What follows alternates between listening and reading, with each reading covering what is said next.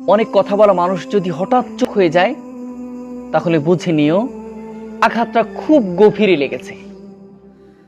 অনেক কথা বলেন, অনেক ভালোবাসার কথা বলেন, অনেক কথা বলেন, কিন্তু এই মানুষটা যখনই স্থির হয়ে যাবে তখন আপনি বুঝে নেবেন তার আঘাতটা একদম ভিতরে যে লেগেছে। আর ভিতরে যে লাগা মানেই আপনার দায়বদ্ধ থাকতে হবে। কেন?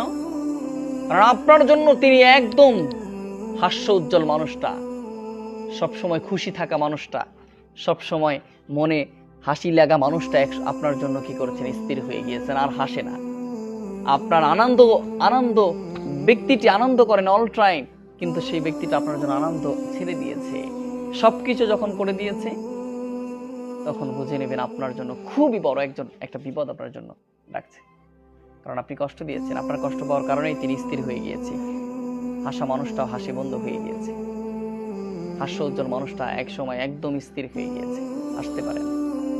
চোখের পানি ছেড়ে নিবৃতে আপনার জন্য কান্না করে, তাহলে বুঝে নিয়ে এই কান্না করাটাই আপনার জন্য সমস্যার কারণ হয়ে দাঁড়াবে। আপনি এটা মাপ পাবেন না। মনে করছেন আমি ভালো করছি ভালো করছি, কিন্তু মাপ পাবেন না। এটা মনে রাখেন, বিন্দু মাত্র আপনি ছাড় পাবেন না। ধরা খাবেন, একদিন পরে হোক একদিন আগে হোক ধরা খাবেন। ঠকাই ধরা খাবেন, কষ্ট দিয়েছেন ধরা খাবেন, বিশ্বাসঘাতকতা করছেন ধরা খাবেন, অবশ্যই ধরা খাবেন। এটা মনে রাখেন একদম।